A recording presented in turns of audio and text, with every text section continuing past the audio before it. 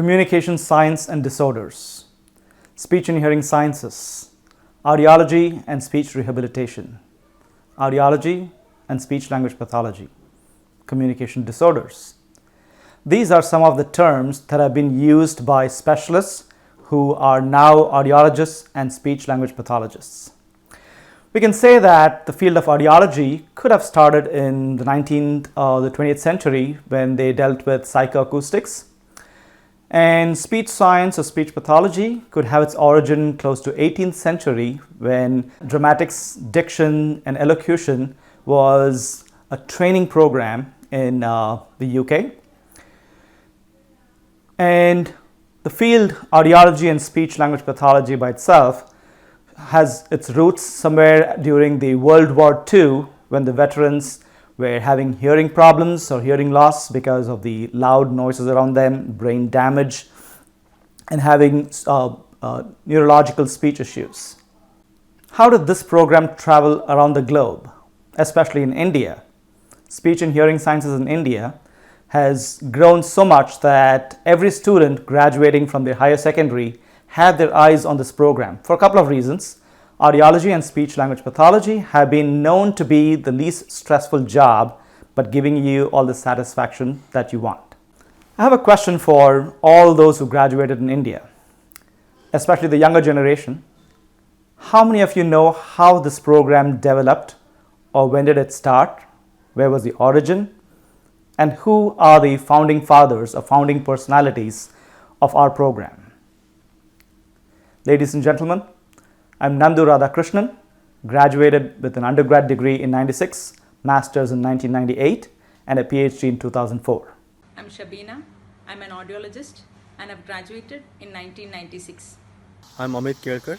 I'm a speech language pathologist and I've graduated in 2005. My name is Pratibha Karam.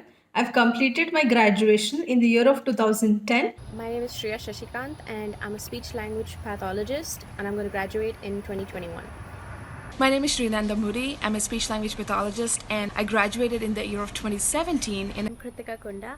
I'm a speech language pathologist and I'll be graduating in 2021. My name is Rinki Barandani Desai. I'm a speech language pathologist. I graduated in 2009.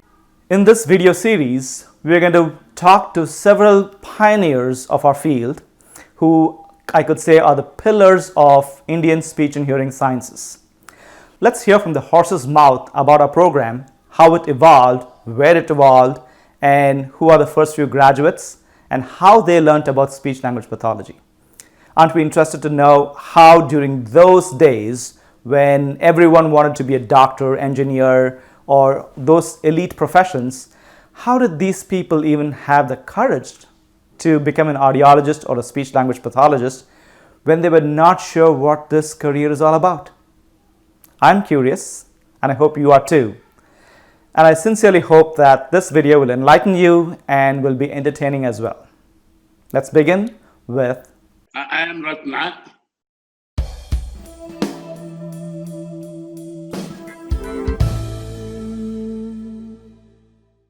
I was born in Chidambaram in Tamil Nadu. Then I lived most of my life in Mysore, Bangalore. Mysore primarily. And of course, I spent 6 years in America studying.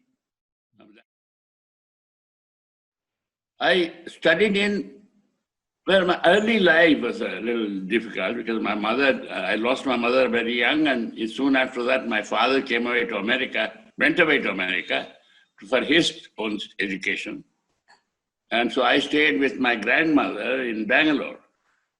So for 6 years I was there, and then afterwards we shifted on to Mysore when my father came back. And so I studied in Mysore. My school days was not particularly bright. When I was a bright student, except I was a lazy student. I've always been very lazy. And so I did fairly well in my middle school, but in high school I did well, but except I didn't pass my SSLC exam first time. I failed in the first attempt, and I decided I would go back to school instead of taking a supplementary exam, and so went back and then did well again, the second time.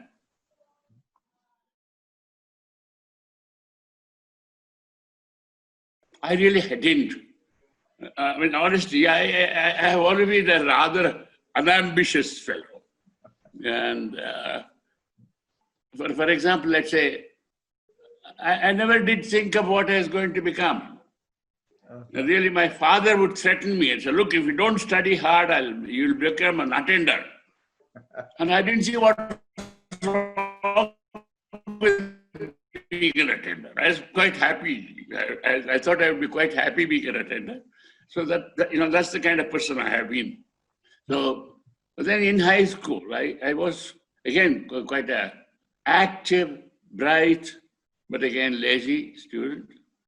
But I got into scouting and did a lot of good scouting.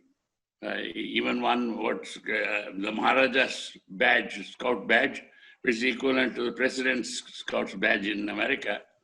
And but then again, when I finished high school, I had no idea what I was going to be doing. I've just flown with the tide. So I went on to try to study science in intermediate, high school, college, first 2 years. Again, didn't do extremely well there.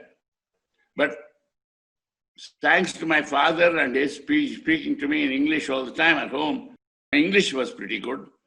So I thought I would study English literature. So in my undergraduate course in Maharaja's College in Mysore, I took up BA honors. Didn't do well there also. But then I barely missed passing. So they gave me what they called a consolation BA degree. There I was because, they said, you're done well enough. If you had been only in the BA degree, you'd have easily got through, but anyway, it's no problem, so take a BA degree. So that was a consolation BA degree. And then I couldn't go on for my master's in English literature because I hadn't completed my BA honors. So I went on to education, secondary education. I took a B.Ed in secondary education. By that time, I was a little less lazy, but not too much less. So, but then education programs did, touch me a little. Though again, I was a bad student. Just managed. I mean, I passed my B.Ed fairly well, second. But then, again, I was going to be a high school teacher and I was quite happy about that. But my father, luckily, my father, Dr. A.M. Natesh, got his doctorate in special education in America. Okay. He had studied at the Institute for the Blind in New York, and Dr. Frampton was the head of that institution.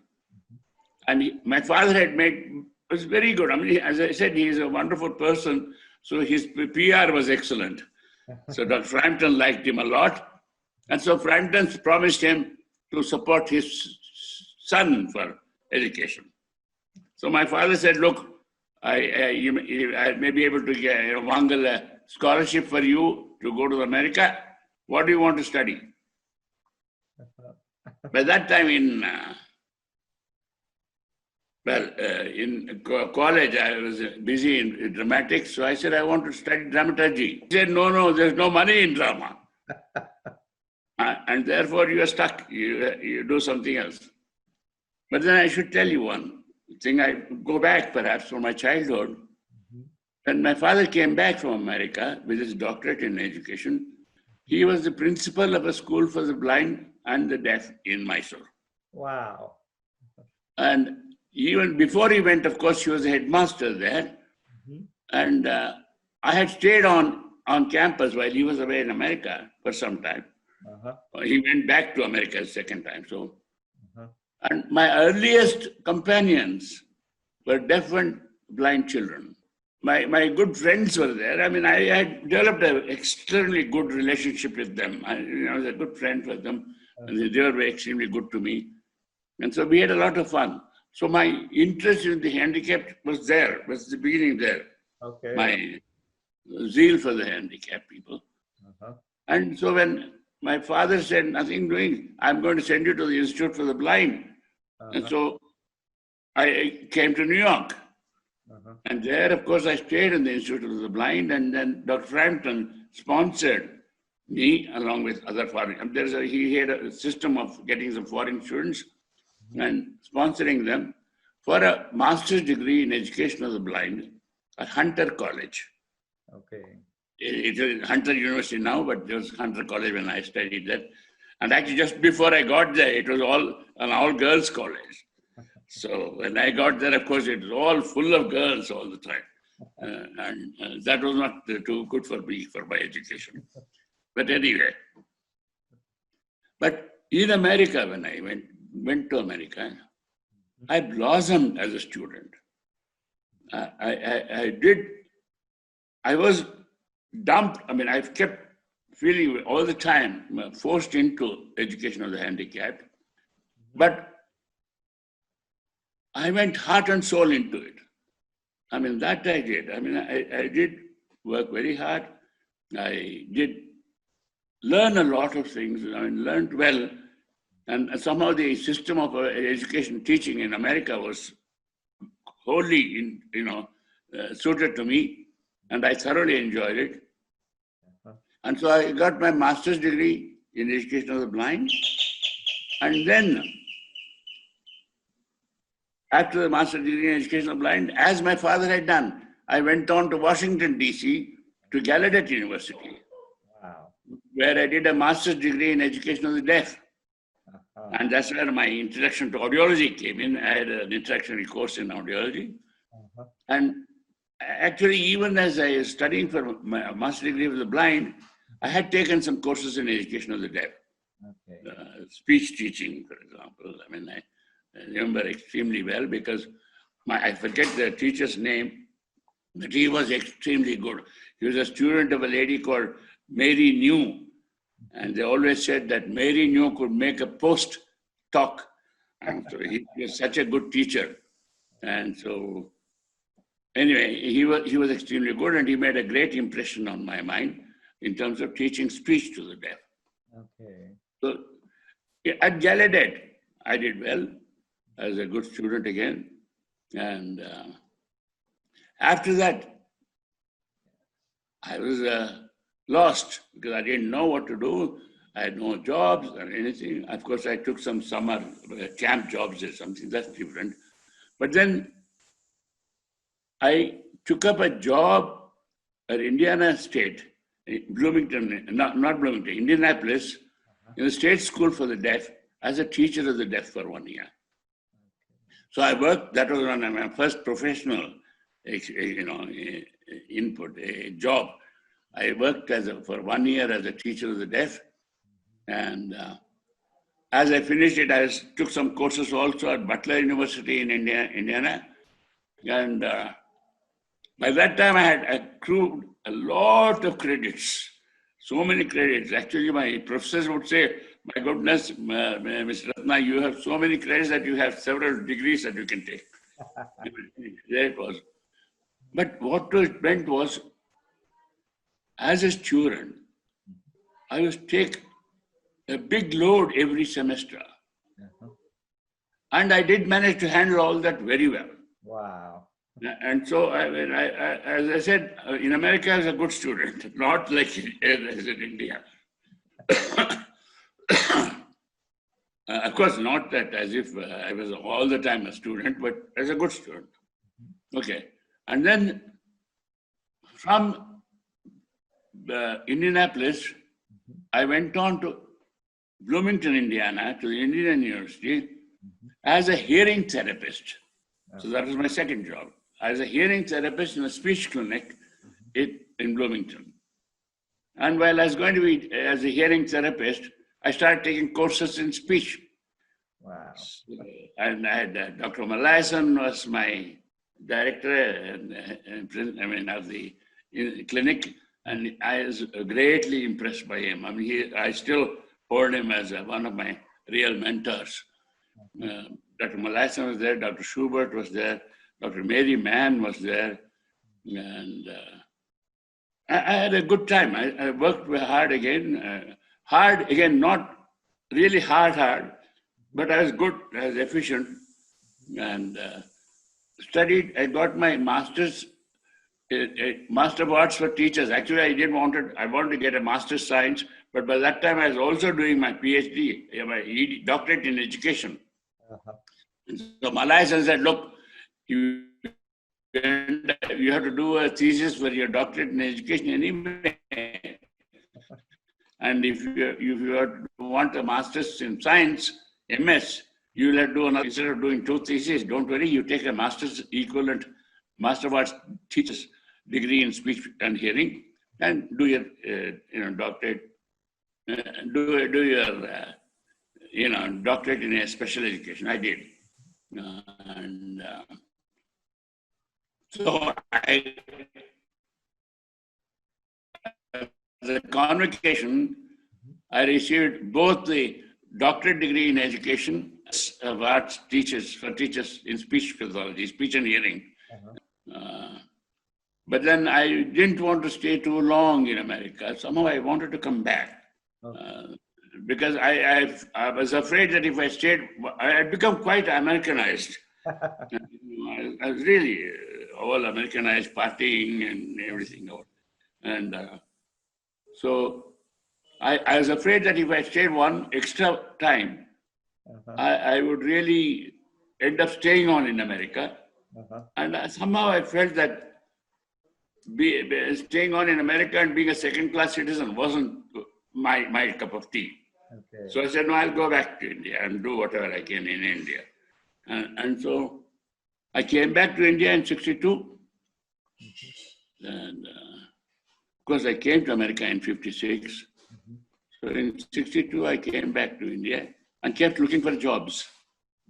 Interestingly, at that time, the government of India had a plan to attract students who had gone abroad. They would give a job temporarily and some nominal salary to hold on for us, for a few months while we are looking for jobs. And I was the first humanities, meaning, let's say, non-science and non-mathematics student, graduate person to be appointed on the scientific pool. First time, because that I broke a record there. And anyway, I was given a job as a scientific pool because what happened, the Ministry of Education wanted my services, appreciated my services. Ministry of Health appreciated my services. But then they said, look, we are looking for jobs for you. They had a job, and by that time, for example, let's say, it is an interesting story, but just as I was coming back to America from India, a job of director of Institute for the, training center for the adult blind was advertised. I had collected the application form, but then they had said experience in a school for the deaf, school for the blind. I didn't have any, I didn't have, working experience. As a student, I had been in school for the blind. So I passed it on to my friend Masoodi, who's a blind man who had worked earlier. And then he sent the application. So when I came back, I said, what happened to that application? No, before I went there, before I came back, my father said, don't come to Delhi, stay on in Bombay for a week. I didn't know why. It was strange because here I was quite anxious to meet him after 6.5 years. He said, no, stay in. I didn't know why.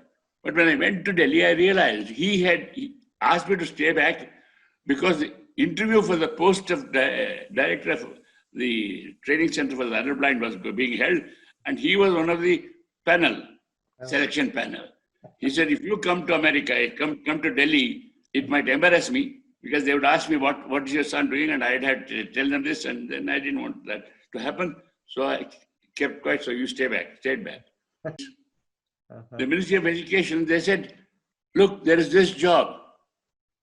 Would you be interested in that? I said, look, I know you have had the interview and you selected somebody. And I said, I had wanted to apply, but then decided against it because you wanted experience. They said, Mr. Dr. Ratna, don't you realize that with a very well qualified candidate, we could, waive some of those restrictions. I said, fine, I didn't know that. Then they said, even now, if you want, you can take that job. Wow. I said, no, you already selected somebody, and I don't want to, come in his way. You give that job to him. I'll look for something else. So anyway, that's one of the side story. So then I got a scientific pool job, and as a scientific pool officer, I was placed in Nair Hospital in Bombay. You know the Nair Hospital. Yes. I started the first speech clinic in Bombay. Oh, interesting. I worked part-time in the mornings, and in the afternoons, my friend of mine, Sakar Cooper, she later became Sakar Mistry, she worked as a speech therapist. She had been trained in England with a diploma. They had a diploma, a certificate course. So I was there, and then I would work in the morning, and she would work in the evening.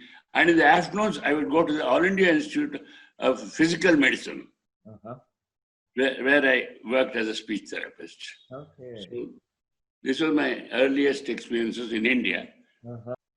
And then a job came up in Orissa, job of a principal of a school for the deaf and the blind. And they offered me the job, and I took it because I had asked for some high salary, but then they said, we'll give you a consolidated salary for both the schools, but then no allowances, nothing, but come. So I went. I didn't know the differences anyway. So I took, after 3 months in Bombay, I took up the job in Orissa. I went and started working in Orissa. But unfortunately, I thoroughly enjoyed working in the school.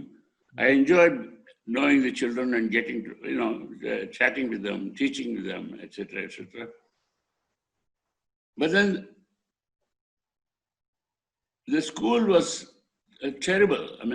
Like the minimum age of admission at that time was 12 years of age. Wow. And I kept fighting. I said, no,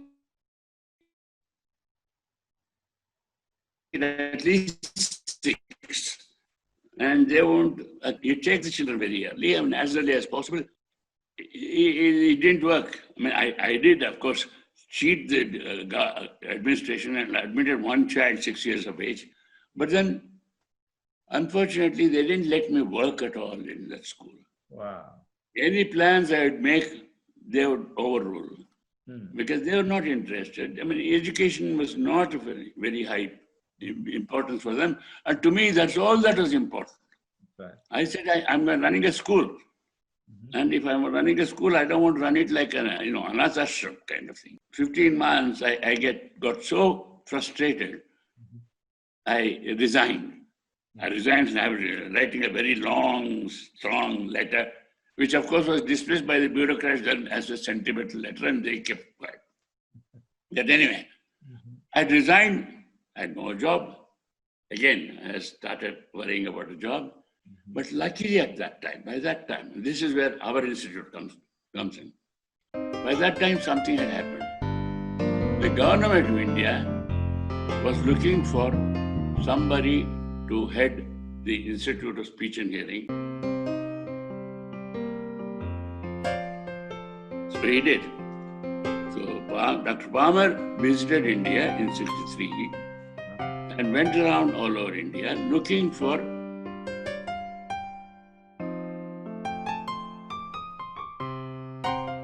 while this was process going on, I also wrote to Mrs. Menon. I said,